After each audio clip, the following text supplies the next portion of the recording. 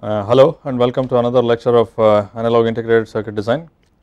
In the previous class what we did was to look at what happens to a negative feedback amplifier when you have multiple parasitic poles, and as you saw the analysis was somewhat complicated even with identical poles, and towards the end of the lecture we said we will look at more general criteria which is more easily applicable for the arbitrary case of multiple poles in different locations, and that criterion is known as the Nyquist criterion. What it does is to change the problem of finding whether the poles are in the right half plane to evaluating the loop gain as a function of frequency of some sinusoidal input and making some statements about the plot of the imaginary part versus real part of the loop gain.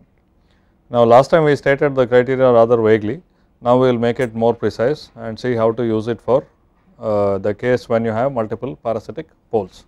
Okay.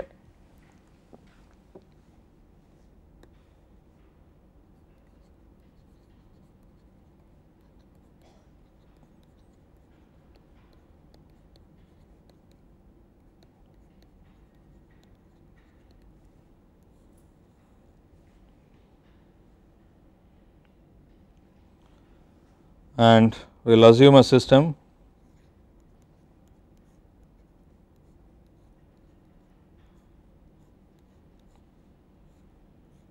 like this.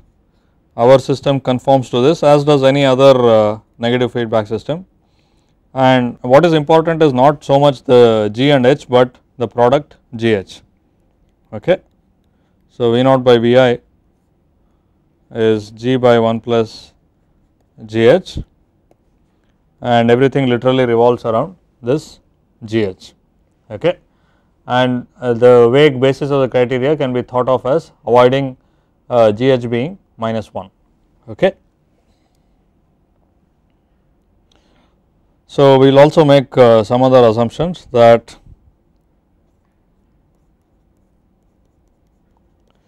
G of S H of S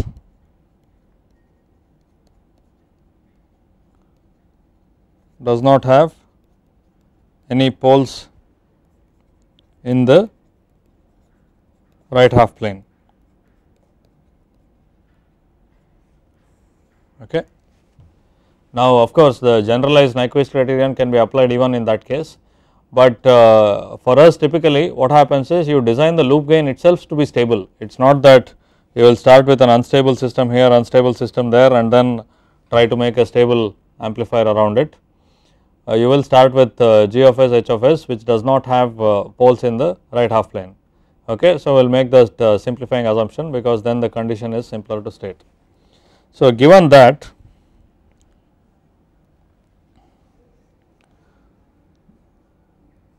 what we can say is,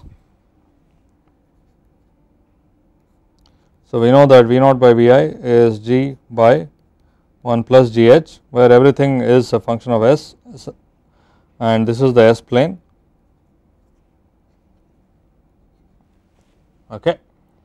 And there will be some poles which could be in the left half plane or the right half plane, we do not know yet, and this is what we would like to avoid evaluating directly. Okay. This is the real part of S and that is the imaginary part of S. So, instead of this we go to a plot of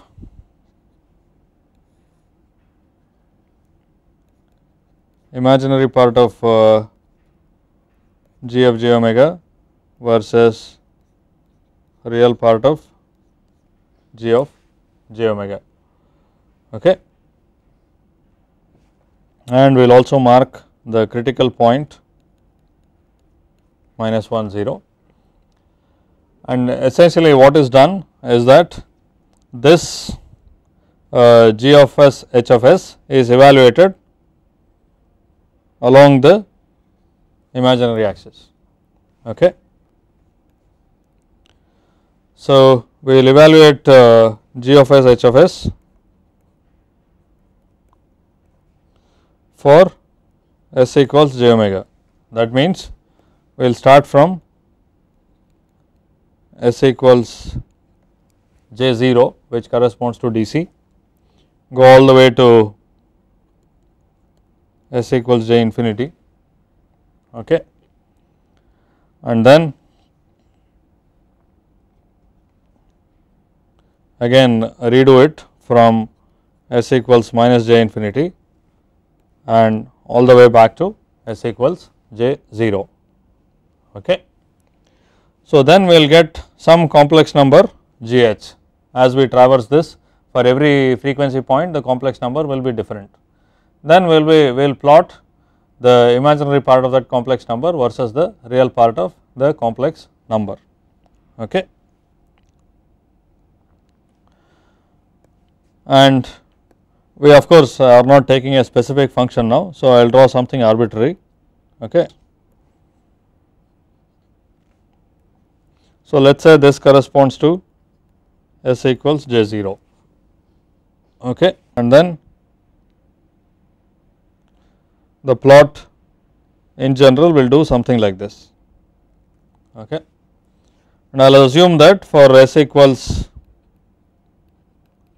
j infinity it goes to 0, and this is typically the case also because all real systems will have some band limiting. However, you choose to implement your loop gain, as you increase the input frequency the loop gain diminishes to 0. You cannot have substantial loop gain at infinite frequencies, okay. So, at infinite frequencies regardless of how you build your system the loop gain will eventually go to 0, okay.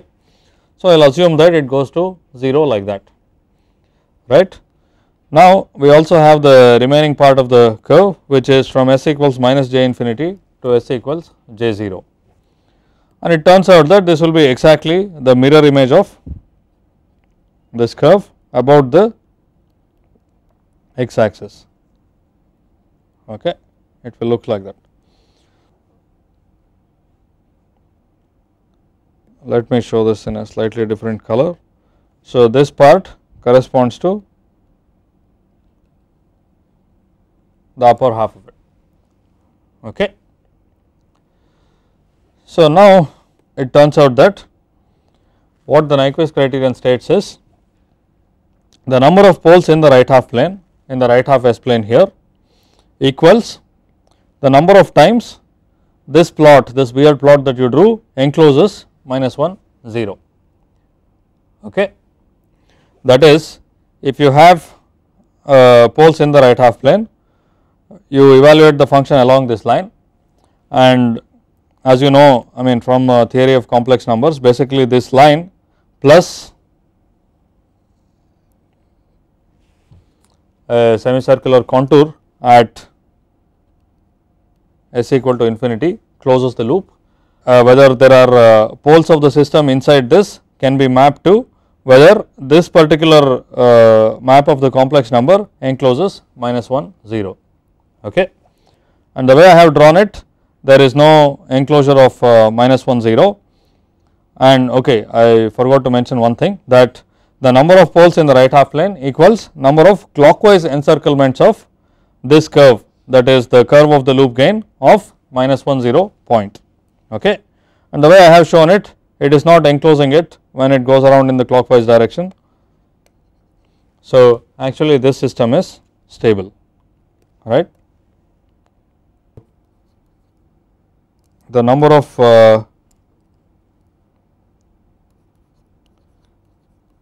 let us state the Nyquist criterion properly.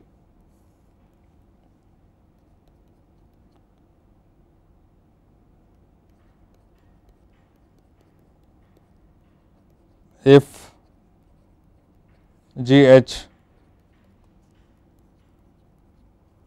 do not have right half plane poles,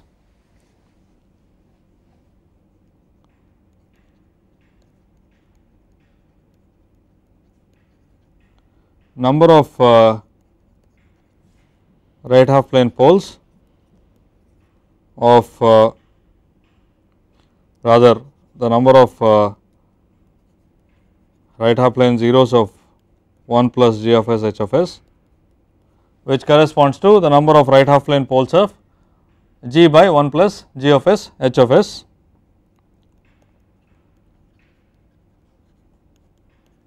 is equal to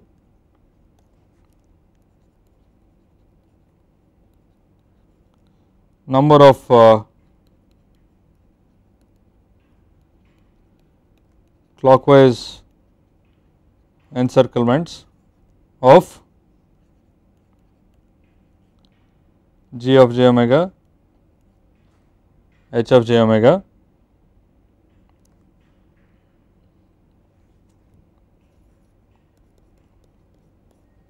of minus 1 0 of this point. Okay. So, what I mean by this is, in the plot of imaginary part of g of j omega h of j omega versus real part of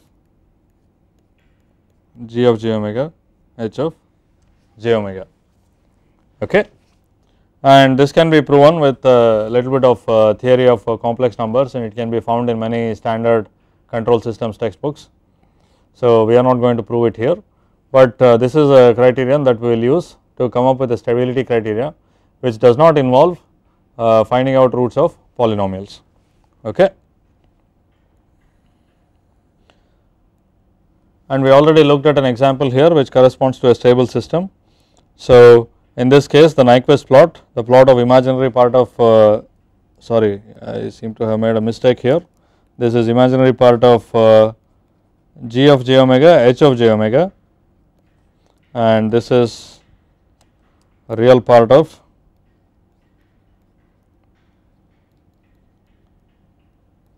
g of j omega h of j omega.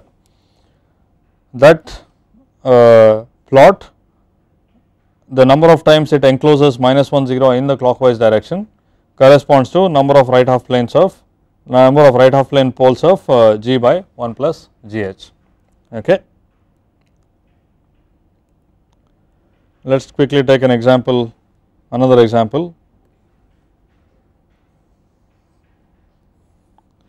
So, this is the S plane,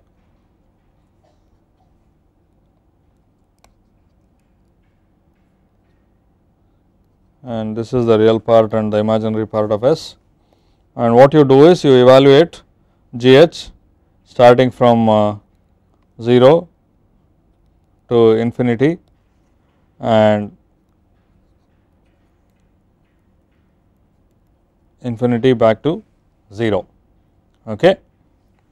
You evaluate g h along this and then plot its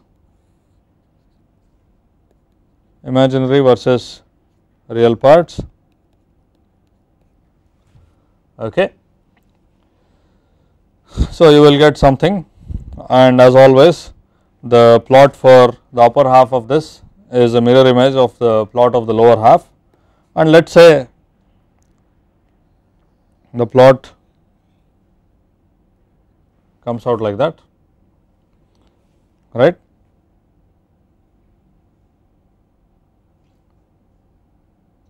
And the remaining part of the plot is simply a mirror image of that one. Okay. So, now you can see that as you go from here, which corresponds to S equals j 0 to this, which is S equals plus minus j infinity, you have gone around this minus 1 0 point twice. So, what this means is that this function, in this case g by 1 plus g h, has 2 poles in the right half plane. We have not evaluated the poles, we have not, do not know where they are, but we do know that they are in the right half plane, and that is a significant thing, because once it is in the right half plane the system is unstable and therefore useless. So, whatever system we design has to have left half plane poles, and that is equivalent to saying whatever system we design should have a Nyquist plot which does not encircle the minus 1 0 point. Okay. So, that is the stability criteria, and the reason it is popular is that it is rather much easier to evaluate this compared to evaluating the poles, as I have said repeatedly. Okay. Now, our amplifier design needs not only stability, but also good behavior, meaning we not only need the response not to blow up, that means instability. It is not enough we can't have a lot of ringing either, we should have good behavior. So, what we will do then is to look at the Nyquist plot for something we can calculate the results analytically for the ideal delay case and the second order case, and then extend it to all the other cases. Okay.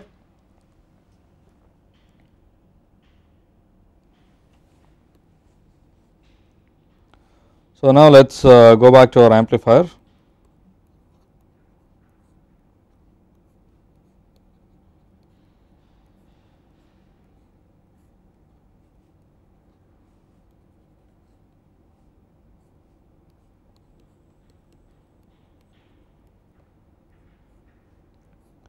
And I will take initially, let me take simply the ideal case with no extra parasitic poles.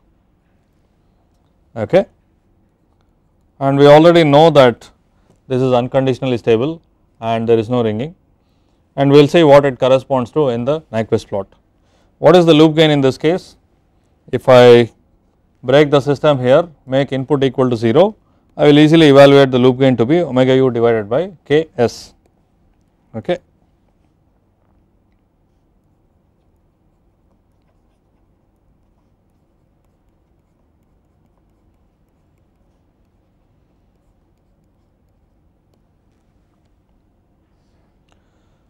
So,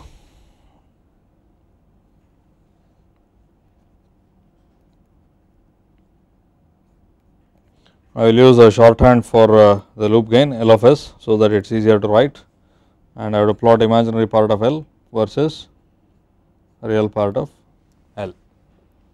Okay. So, what happens here, if I start from s equals to j 0, okay,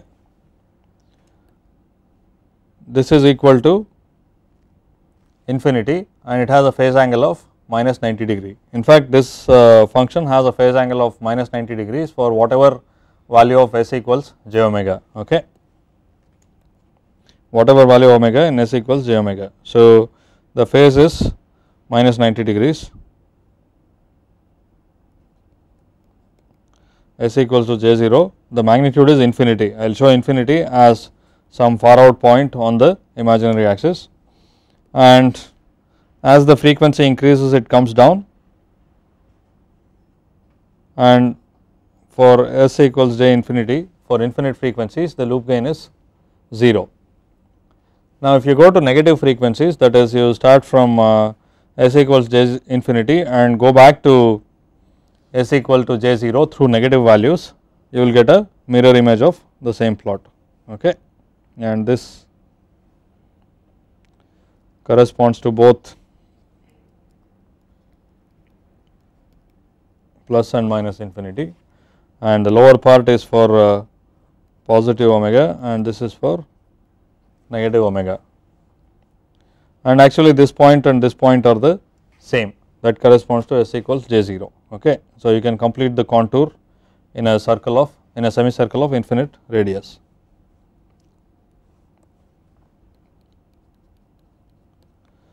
And you have the point minus 1 0 here, and it is absolutely clear that our blue curve, our Nyquist plot is not encircling this point at all. So, the system is unconditionally stable, and what I mean by unconditionally stable is sometimes you can have some systems which do not encircle this, but if you change some parameter in the system it may encircle. Okay. But in this case we know that first of all there is only one parameter here omega u or omega u by k if you count both of them, but regardless of what you change the Nyquist plot will remain here and it is not going to encircle it. Okay. So, the verdict is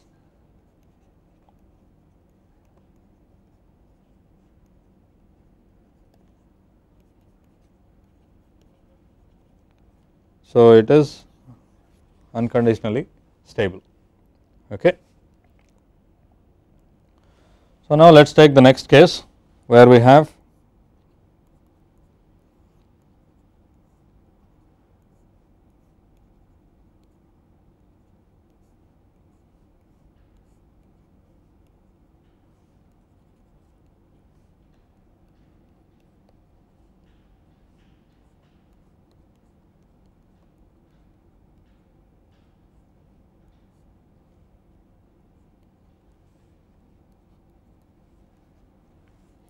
and in this case the loop gain L equals omega u by k S 1 plus S by P 2. Okay. And the magnitude of omega can be calculated to be omega u by k divided by omega and square root of 1 plus omega by P 2 square, and the angle of L can be calculated to be minus pi by 2 because of this S minus tan inverse omega by P 2. Okay. Now we can draw the Nyquist plot, the plot of imaginary part of L versus real part of L. Okay. And we have this point minus 1 0 as always. So, for very low frequencies, for very low values of omega, the magnitude is close to infinity and the phase angle is close to minus pi by 2. So, it starts off in about the same point as the ideal case. Okay. The only difference is that in the ideal case we had a phase angle which was always minus pi by 2 and the magnitude was decreasing. Here the magnitude is decreasing, but the phase angle is also, the phase lag is also increasing. So, as omega increases, this keeps increasing, and for omega equals infinity, this second term also becomes minus pi by 2 and the angle of L asymptotically reaches minus pi. Okay. So, it will do something of this sort, we do not have to worry about the details, but it will do something like that, where this corresponds to S equals j infinity, and as we have said repeatedly, plus minus j infinity, and the rest of the curve is a mirror image of that one, and this point and that point are the same. Okay.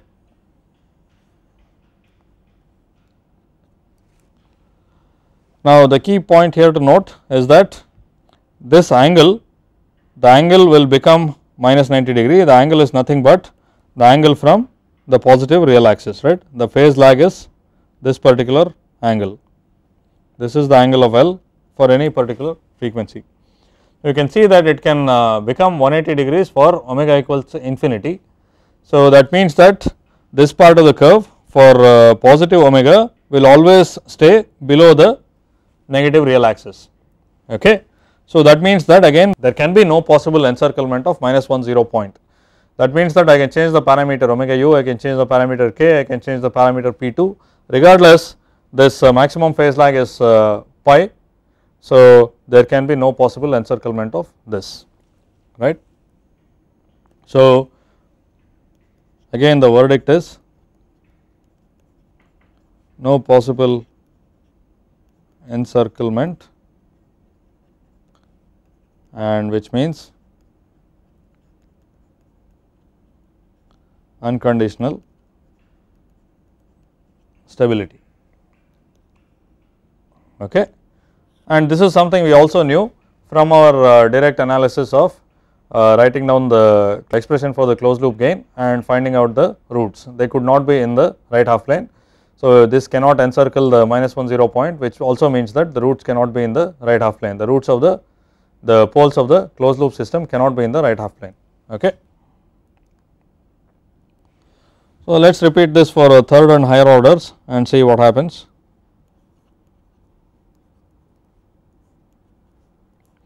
I will take the system we had analyzed earlier, where I will take two identical parasitic poles.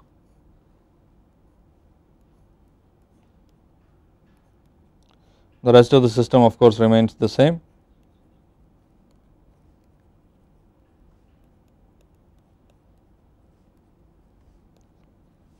And the loop gain is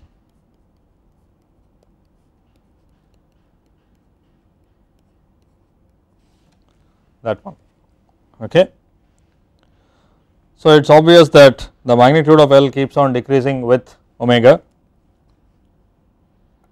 The magnitude of L is omega u by k divided by omega 1 plus omega by P2 square. Okay.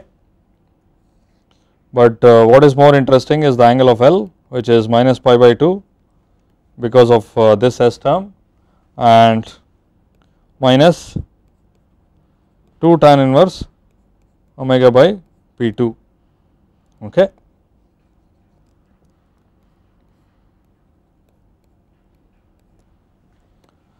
So, here is the interesting part, that as omega becomes very large, this part becomes pi. So, the total phase lag can be minus 3 pi by 2. Okay. So, again we plot our usual stuff. Let me move the y axis a little to the right, imaginary part of L and real part of L, and as usual we start from S equals 0, which starts at basically infinity, right. At 0 frequency, this function has an infinite gain, which I show at the bottom of the imaginary axis here, and then the magnitude keeps on decreasing and the phase lag keeps on increasing, but the point is for very high frequencies it will do that, it will asymptotically reach minus 3 pi by 2. From here to here is minus pi by 2, from here to there is minus pi, and from here all the way to there is minus 3 pi by 2. Okay. So, this is what happens, and the rest of the plot as usual is the mirror image. Okay. So, that is what happens, and this point and this point are the same. So, I will just show some connection there. Now, does this enclose minus 1 0 or not? Now, we can't tell, because the way the shape is, it could enclose or it could not, depends on the parameter. If minus 1 0 happen to be there, it is not enclosing it, and if the minus 1 0 happen to be in that region, it is enclosing it. Okay. So, what determines whether it encloses it or not? So, let us say for a particular set of parameters, the Nyquist plot is like this, and it is not enclosing the minus 1 0 point, which means that the system is stable. Now, let us see what happens if I use a lower value of P2. Okay. If I reduce the lower value of P2, what happens is the phase lag increases, because the argument inside here increases, and if I use a lower value of P2, the magnitude also decreases, but maybe the effect on the phase is more prominent than the effect on the magnitude. Okay.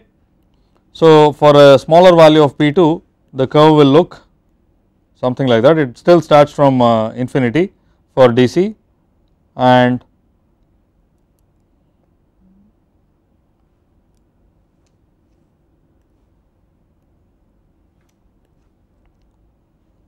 the phase changes more rapidly than the magnitude, and it does something like that. Okay. And the remainder of the curve will be something like that one. Okay. So, clearly here the blue Nyquist plot is not enclosing minus 1 0, and the red Nyquist plot is enclosing minus 1 0. Okay. And this is for a smaller P2. A smaller value of P2 means a larger value of parasitic delay due to P2, and the system tends to be unstable. Okay. This again we have evaluated the condition for instability exactly, and that is that when P2 is half of the unity loop gain, the system will have poles on the imaginary axis, and if the pole value P2 is smaller than half of omega u loop, that is half of omega u by k, then it will have roots in the right half plane. Okay. So, you can see that the red curve encloses the minus 1 0 point twice.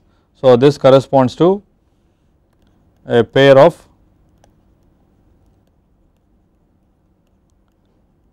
RHP poles, because it encloses it twice, and also the conclusion here is that it is only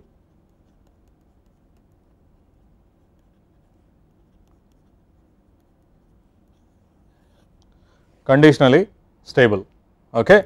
This again we had evaluated exactly, but that is what comes out from the Nyquist plot as well. Okay. So, we had evaluated that for certain values of P2 it can be stable, but there are also values of P2 for which it is unstable. And here the key point in the Nyquist plot is that the total phase lag can be minus 270 degrees, minus 3 pi by 2. Okay. So, if you have an overall second order system, the overall phase lag can only be minus pi. So, in that case the Nyquist plot can approach the origin only from this angle.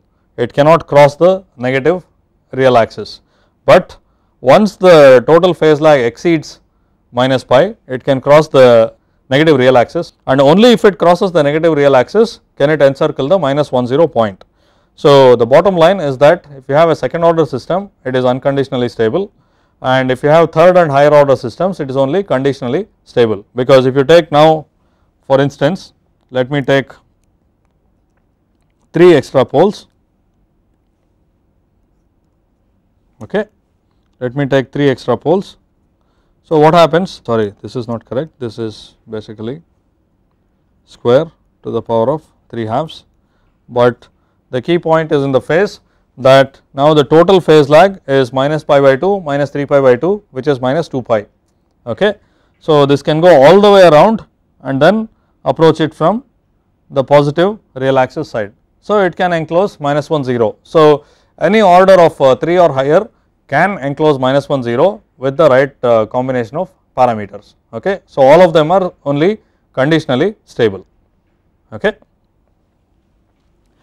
And this Nyquist plot also helps us to treat some cases which we were not able to do earlier. That is, I said that we will use 2 identical poles P2 when we were considering 2 extra poles, but here we can also look at what can happen when you have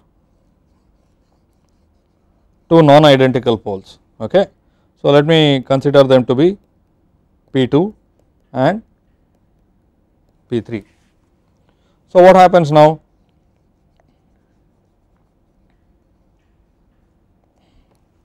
The angle of L is minus pi by 2 because of the integration term, and minus tan inverse omega by P2 minus tan inverse omega by P3. Okay.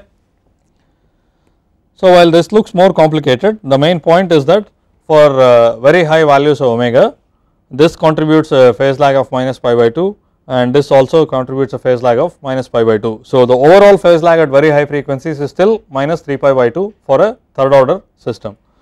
So, the Nyquist plot still approaches the origin from the top, from the positive imaginary axis side, which means that the Nyquist plot will cut the negative real axis, which means it can enclose the minus 10 point. Okay. So, it has potential to enclose the minus 10 point, which means that it is only conditionally stable. Okay. So, this helps us treat other cases where the poles are not at the same position. To summarize, the phase angle of the loop gain can only be minus pi by 2 if you do not have any extra poles, and minus pi if you have a single extra pole. In either case, the Nyquist plot cannot cut the negative real axis, which means that it simply cannot enclose the minus 10 point, which is sitting on the negative real axis. Okay. But when you have 2 extra poles or more, the total phase lag can be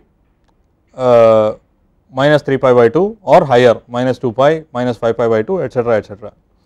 So, now with the right combination of parameters, the Nyquist plot can enclose the minus 10 point because it cuts the negative real axis. Okay.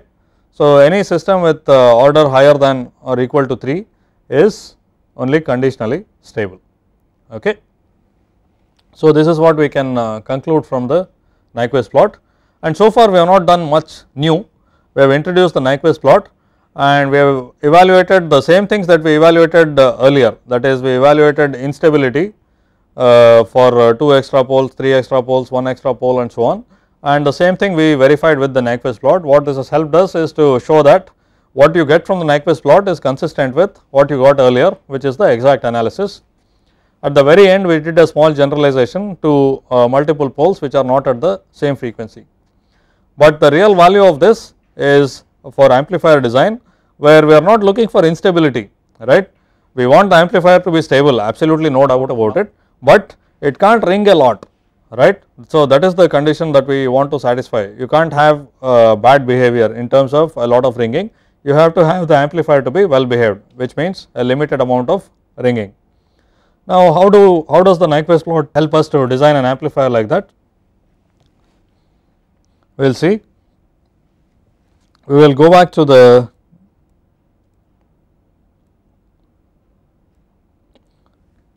earlier cases. This is the first order system.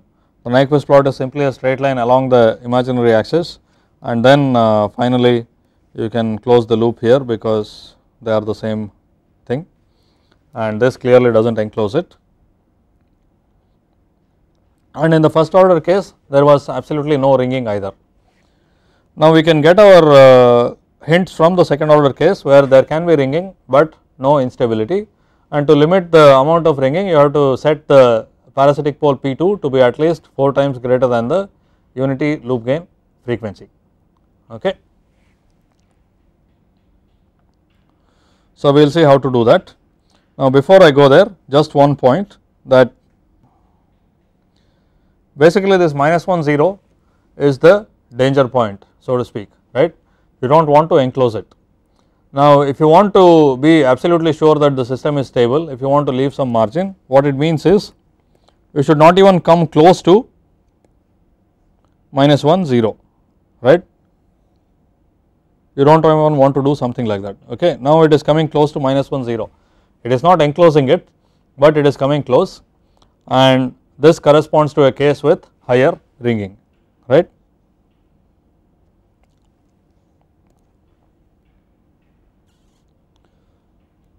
I will show that in more detail with the case of one extra pole.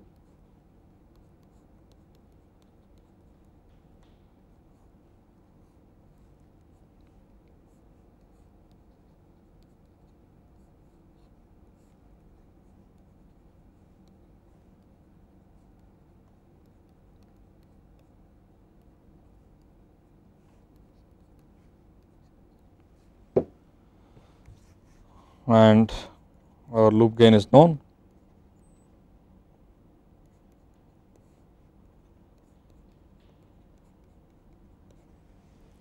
Okay.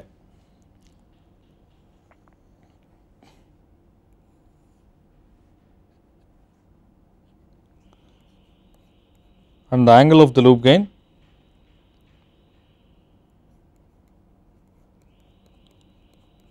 is minus pi by 2 minus tan inverse omega by P2. It is minus pi at high frequencies. So, the Nyquist plot starts from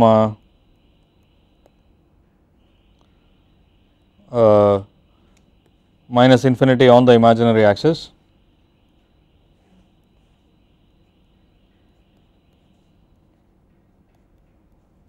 okay, and this is -1 0, and what happens is that it comes around like that, asymptotically reaching an angle of minus pi. Okay. Now, it turns out that if you have a lower value of P2, it does that, okay, the phase angle increases and it comes closer and closer to the negative real axis. Now, we know that for critical damping,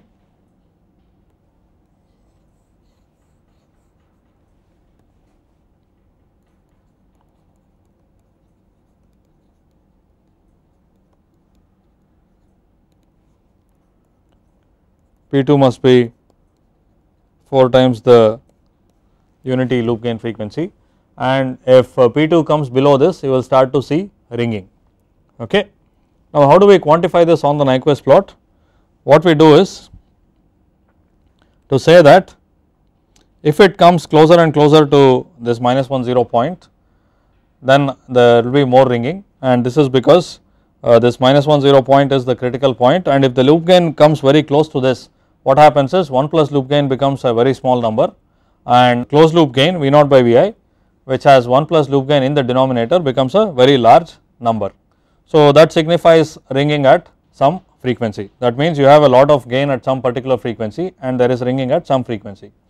So essentially we would like to steer clear of this point -1 0, and to impose a quantitative criterion, what we do is we draw the unit circle here, and the point -1 0 lies on the unit circle, and we see where the Nyquist plot cuts the unit circle.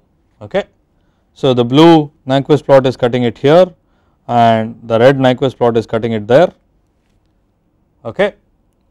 And the angle of that point where it cuts to the negative real axis is termed as the phase margin, okay, phi m. So the significance of this is as follows. Basically, if the phase angle here were this much greater, then you would be touching the -1 0 point, and that would mean instability. So this phase margin phi m signifies how safe you are, how far you are from it when cutting the unit circle, and the reason for taking the unit circle is that all the points on the unit circle are of unit magnitude and -1 0 also lies on it. So this distance on the unit circle from the critical point signifies the margin, that is the safety factor you have for stability. Okay. So this is the phase margin. So essentially if you look at a second order system, it always intersects the unit circle below the negative real axis. So the phase margin is always positive. This is just another way of saying that the system is unconditionally stable, but depending on the parameter P2, the phase margin could be 1 degree, the phase margin could be 50 degrees or 80 degrees. Okay. So another curve could be something like that. So in this case you see that this corresponds to a large phase margin because it cuts the unit circle at a distance quite a bit away from the critical point. Okay. Now how is this useful? Because we have already calculated for a second order system the condition for critical damping, P2 should be 4 times omega u by k. So what we do is, we know that this is a good case, right. So what we do is we calculate the phase margin corresponding to this case and impose it for higher order systems also, because we cannot calculate the time domain response of higher order systems very conveniently. We use the phase margin that we get from the second order system for a good case, for a critically damped case for instance, and apply it to higher order systems also. And the hope is that if the higher order system has the same phase margin, it will also have a similar time domain response, and it turns out that that is more or less true for reasonable systems. So this is a very popular criterion for designing negative feedback amplifiers. Okay. So the key to remember here is that a negative feedback amplifier has to be not merely stable, that means it is not enough if the response does not blow up, but it also has to be well behaved, and the criterion for well behaved is inspired from the second order system. We can also relate it to the system with the ideal delay, and the criterion is that you look at the point on the unit circle where the Nyquist plot intersects the unit circle, and then calculate the phase difference between that point and the negative real axis, and that is the distance you have left before you could become unstable, and that is the phase margin. Okay. I hope that is clear. So what we do is, now we calculate the phase margin corresponding to the critically damped case. P2 is 4 times omega u by k.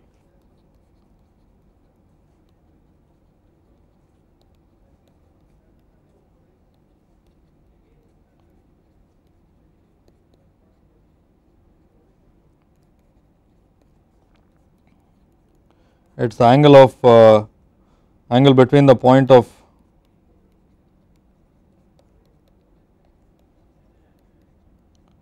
intersection of the Nyquist plot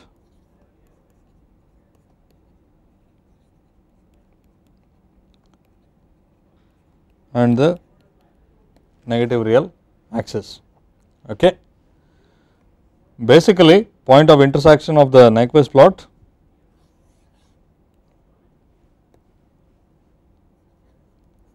with the unit circle and the negative real axis. Okay.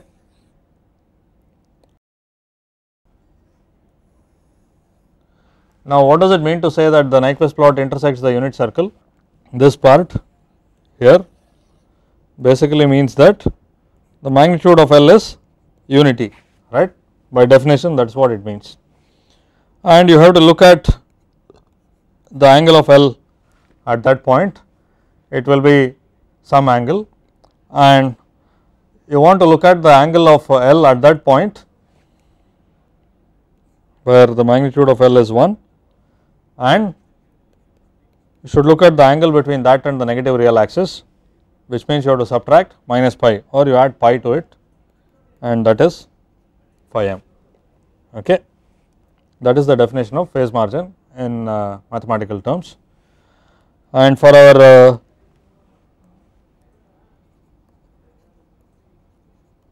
second order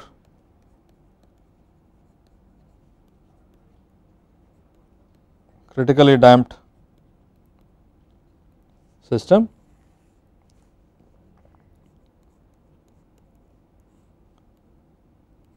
L of s is omega u by k s 1 plus s by p 2, and p 2 will be 4 times omega u by k. Okay. Now, we can calculate exactly where L the magnitude of L becomes 1, but just for simplicity I will do something slightly different. I will just look at what happens at s equals j omega u by k, right, and at this point the magnitude is omega u by k divided by j omega u by k 1 plus the magnitude of 1 plus j omega u by k divided by p 2.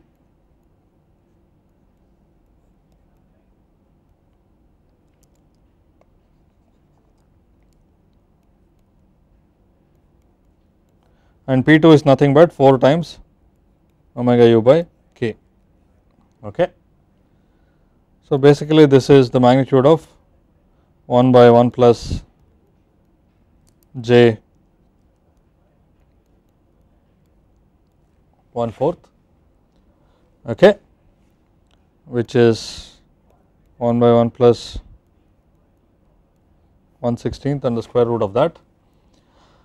And like I said, you can calculate exactly where the magnitude of L goes to 1, but it is obvious that this number itself is rather close to 1. It is slightly less than 1, but it is close to 1. Okay. So, we will say that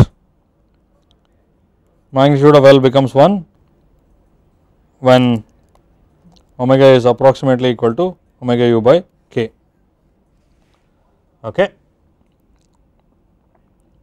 So, this is almost the frequency where the magnitude of L becomes unity. I did this because it is easier to calculate it. If you try to calculate exactly where magnitude of L becomes 1, then it becomes rather cumbersome while doing it by hand calculations. Okay. So, now we have to find out the phase angle of this at omega equals omega u by k, and that is quite simple. Angle of L where s is j omega u by k is given by minus pi by 2 minus tan inverse omega u by k divided by p 2, which is 4 omega u by k.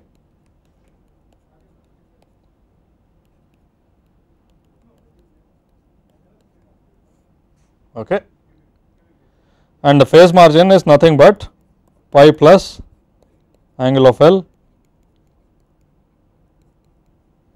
j omega u by k, which turns out to be pi by 2